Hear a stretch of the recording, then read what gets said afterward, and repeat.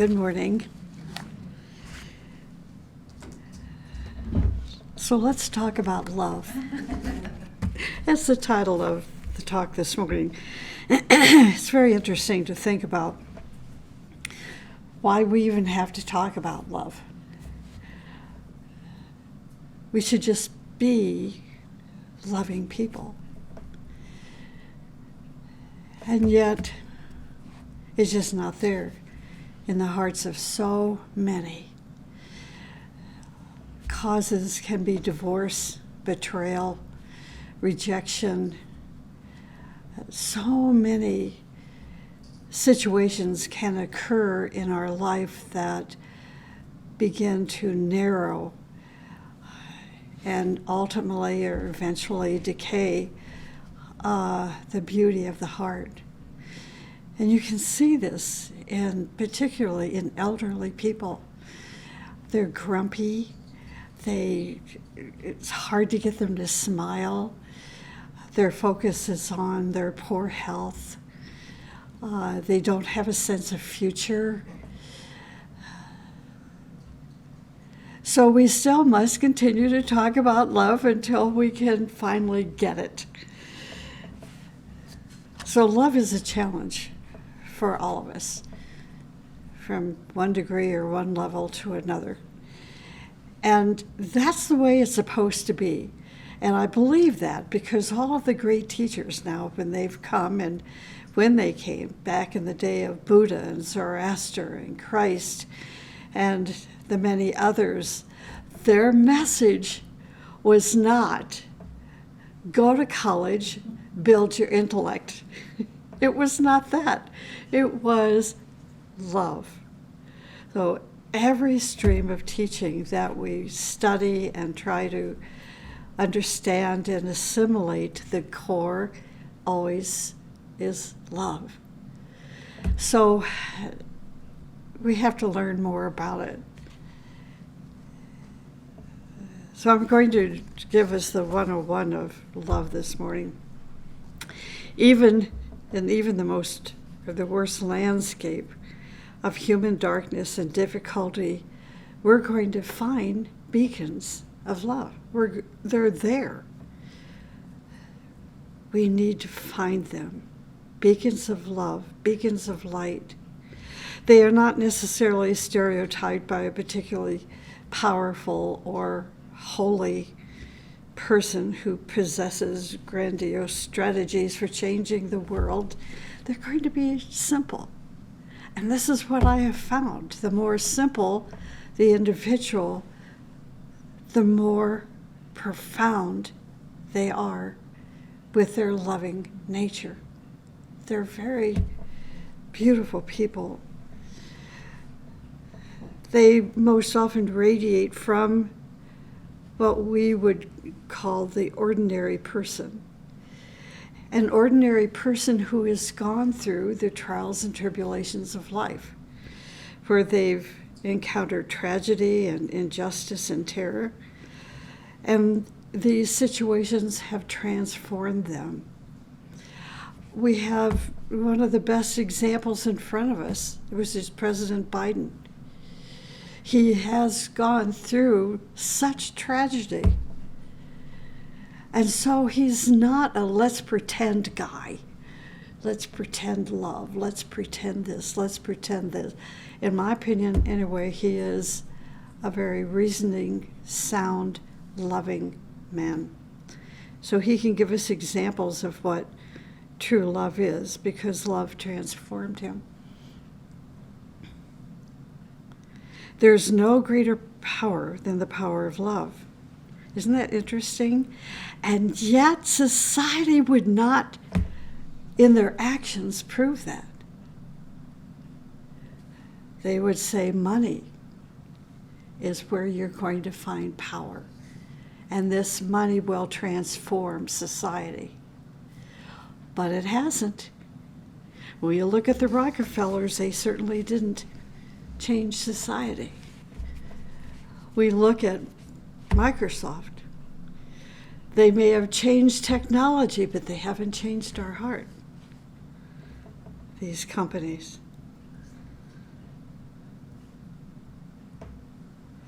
So what is love? When a disciple has taken the second or third initiation, they become totally immersed in a love for all people at the soul level. So now I'm taking the esoteric approach and education regarding love.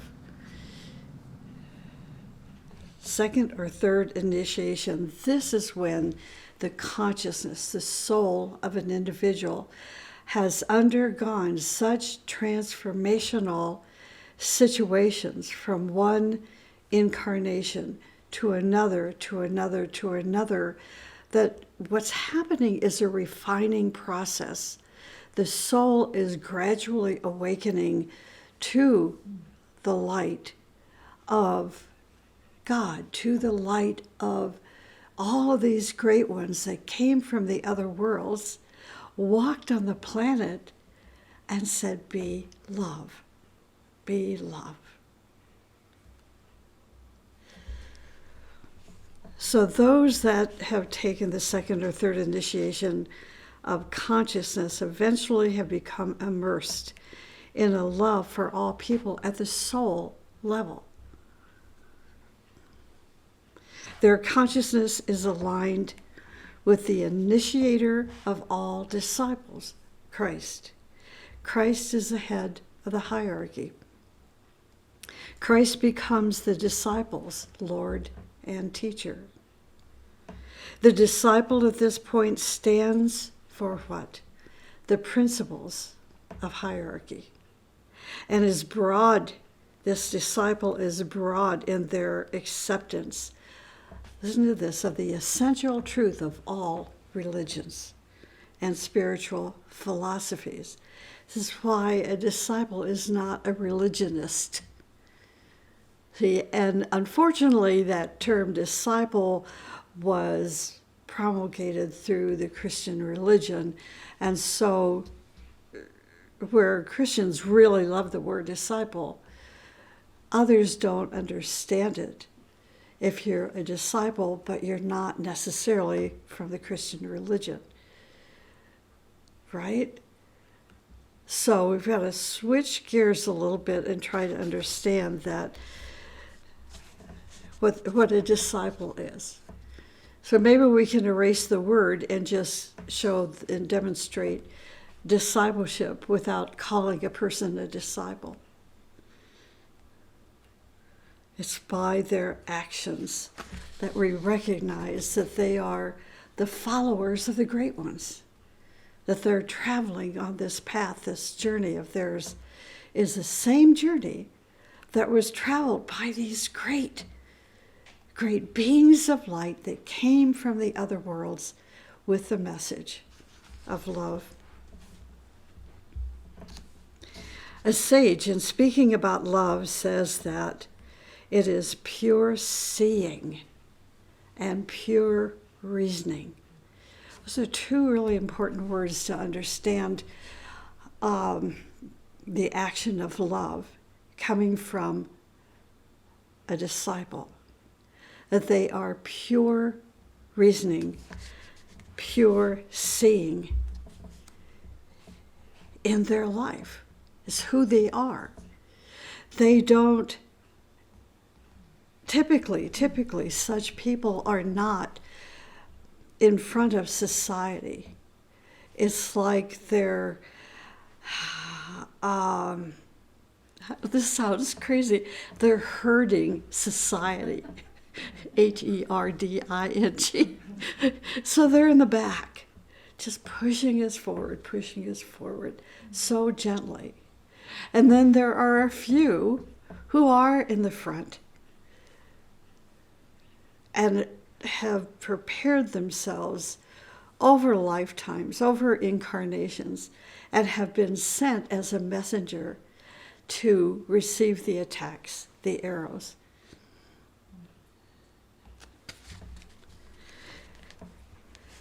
So a disciple is pure seeing, pure reasoning. This is not a sentimental love. It is seeing exactly how things are, and this is pure love. to see exactly how things are. It is so beautiful because love is a greater light than light is. Isn't that interesting?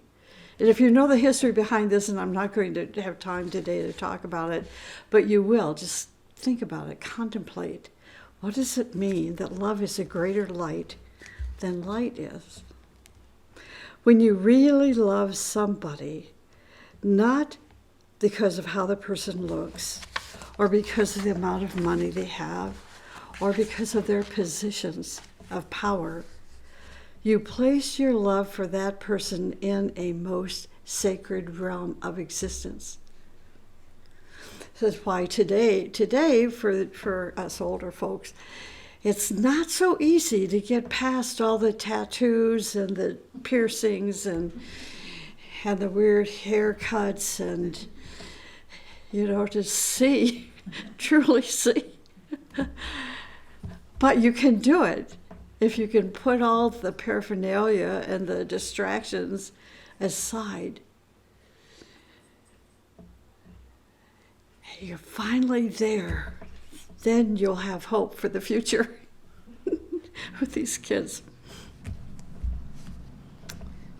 You place your love for that person in a most sacred realm of existence.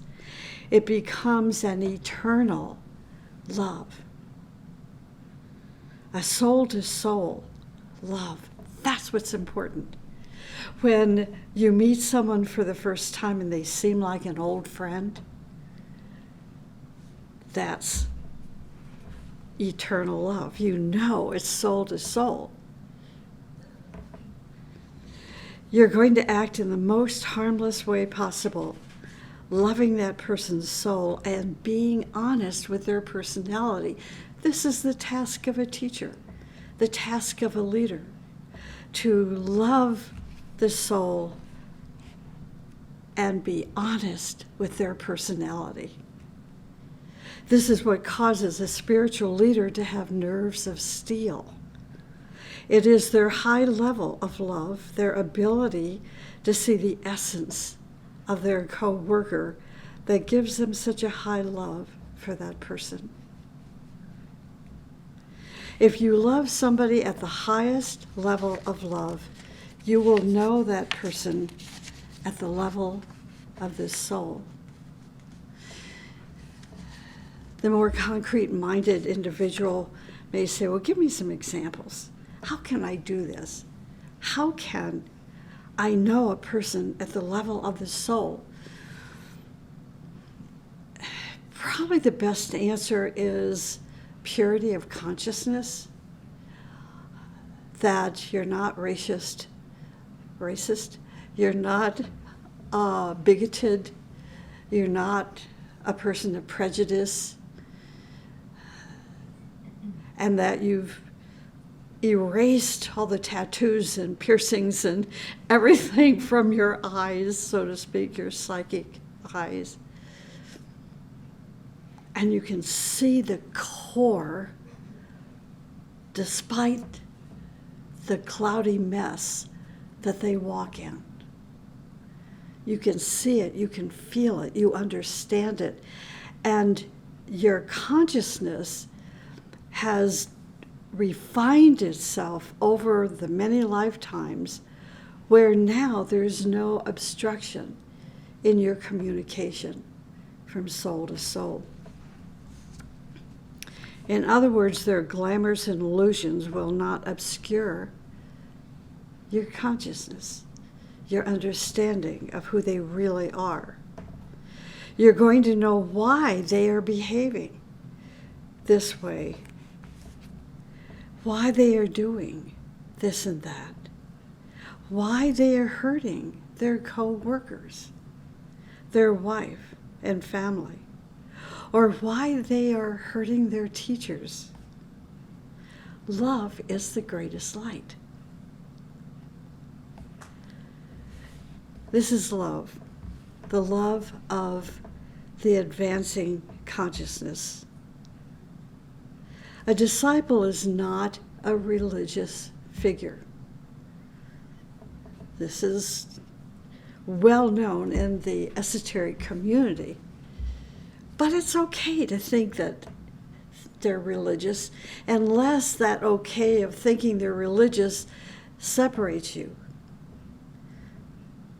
It divides your friendship. Say, I can't talk to them about the path of Buddhism or the path of Christianity or the path of the Agni Yogi because it's going to divide us. Then they think you're a religious figure. But I truly believe there comes a time that religion is absolutely necessary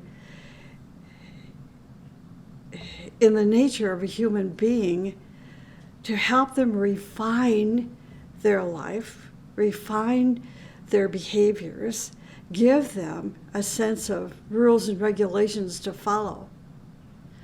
But then there are those that are born already knowing the principles of hierarchy.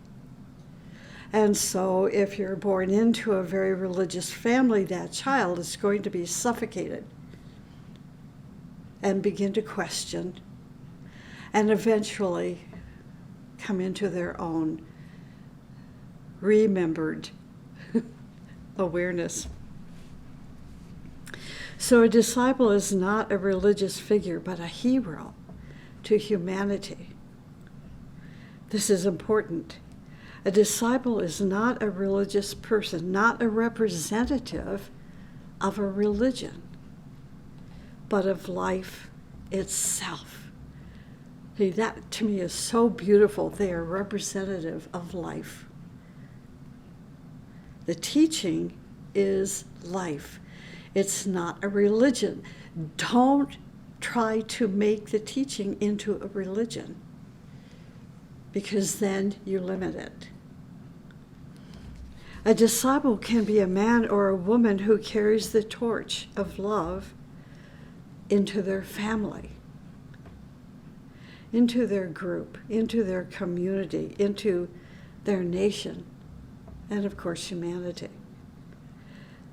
They are the ones who unite.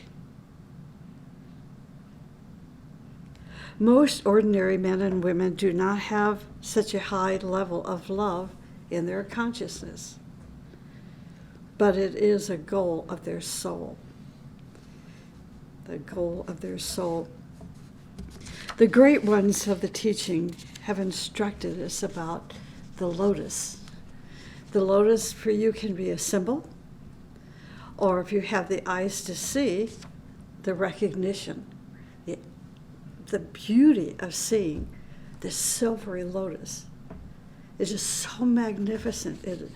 It's almost blinding in its beauty. But even if it is a symbol for you, this is what it means. They tell us when the second petal of the second tier of the lotus, the second petal of the second tier, and there's 3, and another little one, when the second tier of the lotus is unfolded in the heart of the disciple, separative ideas, hatred, and crime do not exist anymore. This is who we want to be. Unifiers, not separators.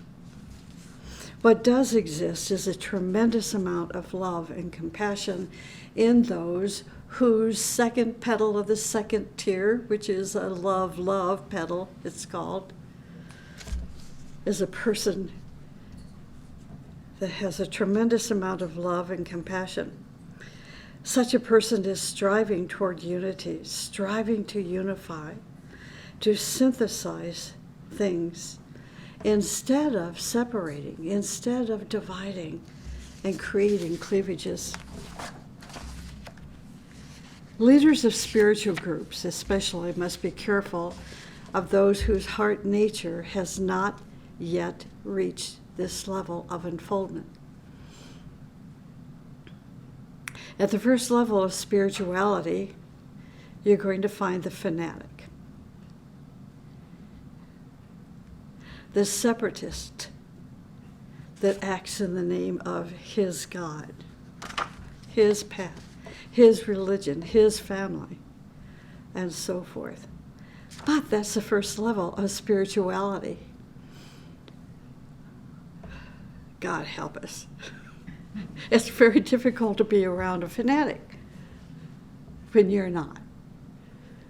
But by now, see, our education and our experiences begin to teach us, okay, that's his path. It's like the time a few years ago when a family member we were visiting saved me.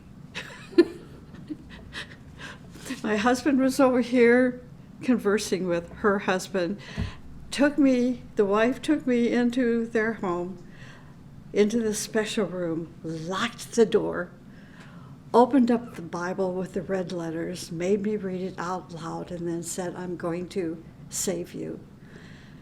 Well, thank God. That won't hurt. How can it hurt? It was over. She unlocked the door, let me out. I went out. I said, honey, we're going. That's the fanatic. What causes fanaticism? Alcoholism, guilty conscience,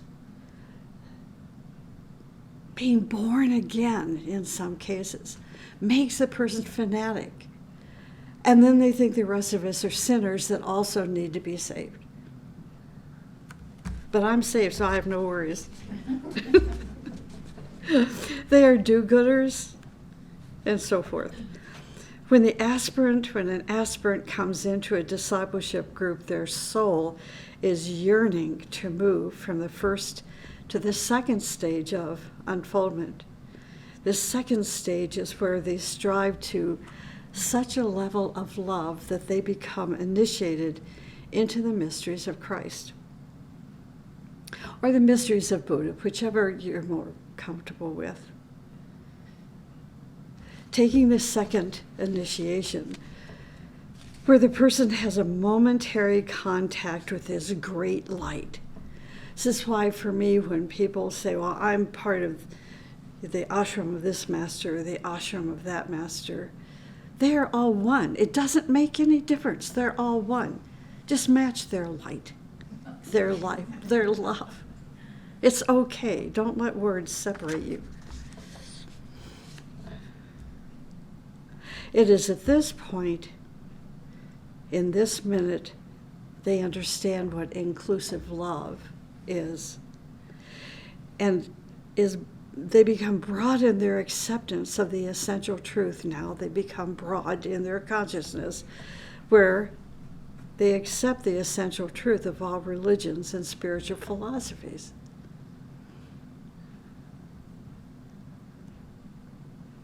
Prior to this point, their love is conditional. And with a prejudice and separative love, that as they enter the consciousness of the group, they will unwittingly, such people like this, and this is why the leader must be very careful. Because these individuals will, like I said, unwittingly create cleavages in the minds and hearts of the weaker members. If, however, the group is strong and united in their heart, the person will change their consciousness. I've seen it happen.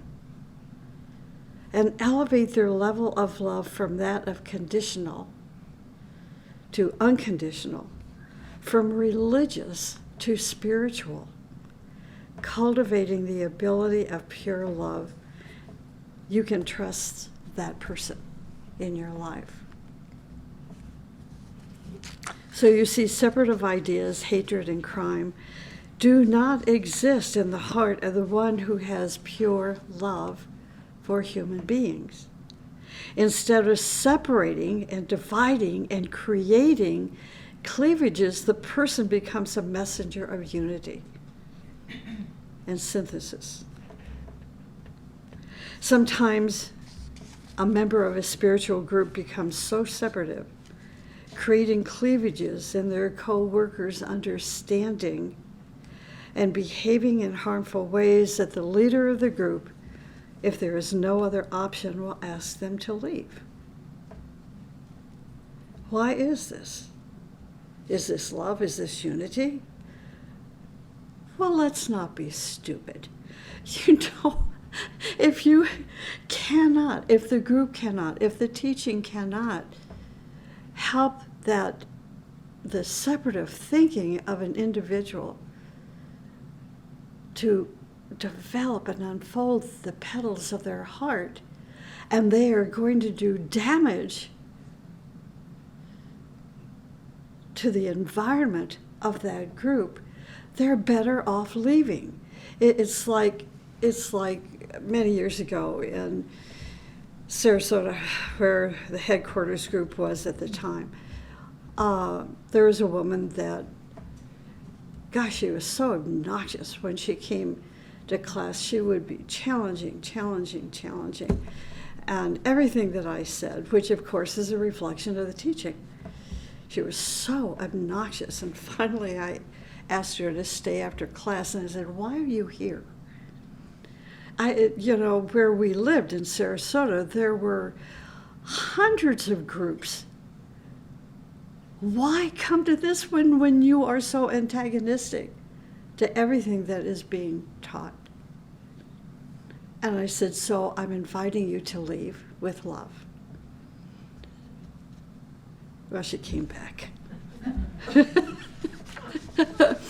But she no longer became an antagonist.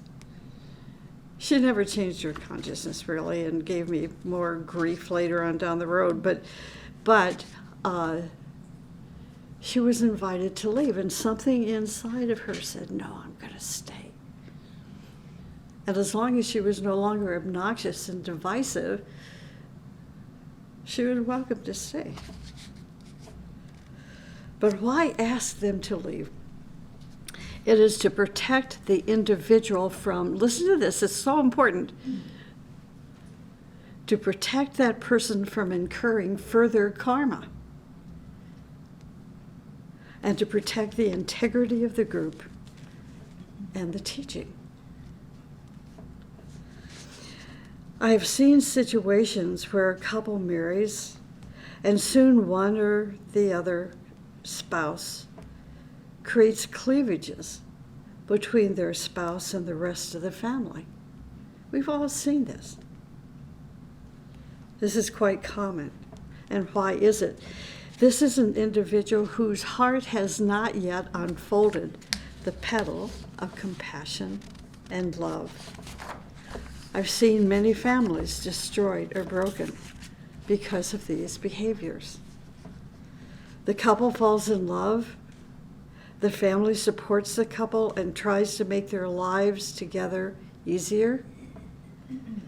But soon the wife will develop jealousies of her husband's parents and brothers or sisters, creating cleavages and divisions and separatisms. Rather than an image of love, she has become an image of separatism. We must be careful observers so this does not happen in your family and your spiritual group. Spirituality is about love for human beings, an unconditional protective love, an all-powerful inclusive love, protective love, inclusive love, compassionate love. It is not about religion, see? It is about spirit. This is a quote. We need these kind of people. We can only do these things if the flame of Christ is in our heart. That dynamic energy that makes us bloom and open and unfold. It would be so beautiful if every one of us became a messenger of unity, instead of becoming a messenger of cleavages and divisions and separatism. That's from the book Teachings of Christ. Love and compassion for human beings increases our health. We are finding that our health is a reflection of our spiritual progress. Isn't that interesting? If we really start living a spiritual life, the physical body is going to be healthy and beautiful. It will renew itself, and we will love longer. If we read the Ageless Wisdom and the Bible, you will find out that because of people's faults, their lifespan shortened. From 200 or 300 years, they became 60 or 70 years or less old. Why? We must think about these things. They did things that were wrong. Doing things wrong means that the God within us is lost in the matter. See, don't think religiously. Don't think if they did something wrong, they're sinners. That's not the way to think and stay healthy. Doing things wrong means that the God within us is lost in the matter, in emotions, in the lower interests. And when it is lost, its dynamism is lost. The power of regeneration is lost. This is why in a book written by Torgrim Saradarian titled Spiritual Regeneration, he says people of ego and vanity, he does not think they have a chance to regenerate themselves. This fills in the blank of why not? Because the God within them is lost in matter. The power of regeneration is lost. Sometimes when we meet people who are living for 100 or more years, they still look young. A dear friend, the other afternoon, Wednesday afternoon, we had a Board of Trustees meeting, and she said she was celebrating her 99th birthday. I could not believe it. She is the most energetic person I know. She looks like she's in her 70s. She has gray hair. She hasn't colored her hair. She is so full of fire that it's like we all just kind of went into this stunned silence. So, for example, anytime we are doing something wrong, we are short-circuiting the electrical system of our body. One day we will know these things, even though I see that some people are already realizing it within their consciousness. It's like the way over this morning I was listening to NPR.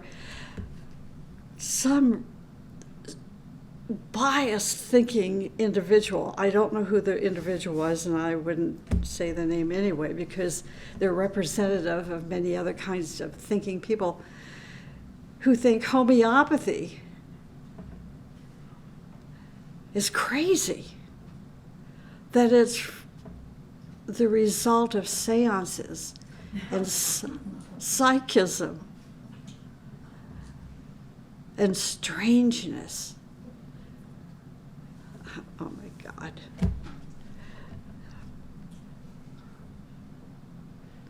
Well, what do you say? I'm thinking NPR, you've got this on your station. I couldn't believe it.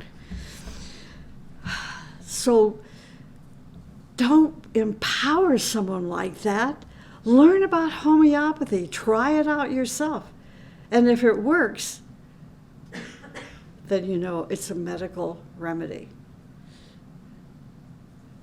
that will support your body and not have side effects that will cause you to die. If thinking people, I'm going to get off on a tangent. If thinking people would listen to all of these pharmaceutical ads, with the beautiful, soft-spoken language of an individual, and it seems so inviting. Go talk to your doctor about this particular medicine, and then the side effects. Well, you may get cancer, you may have this or that, and you may die. Okay, run to your homeopathic medicine cabinet. Which is worse?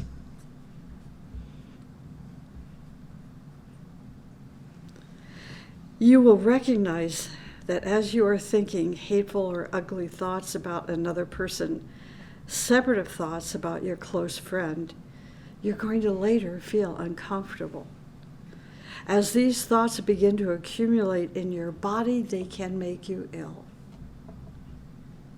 And soon your friends will reject you.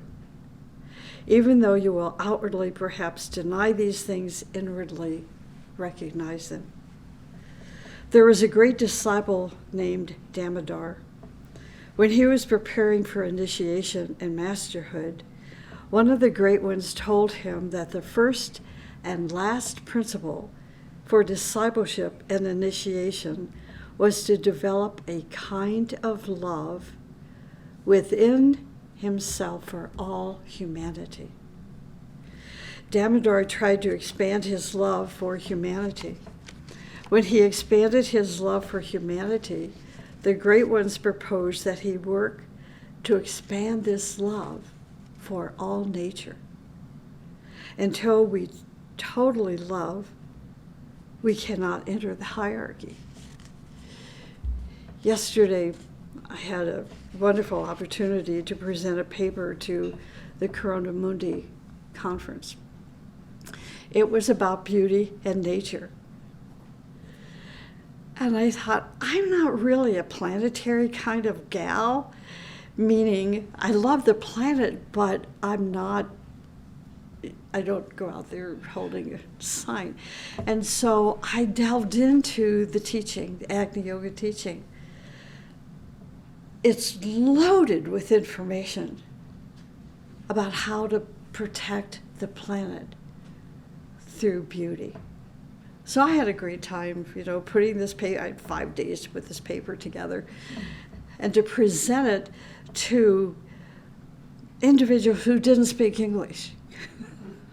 So the paper had to be translated into 2 different languages. So I'd read a paragraph and then it would be translated and translated again. It was a long process. And then it followed by some of the individuals there in the conference showing images of nature from their country.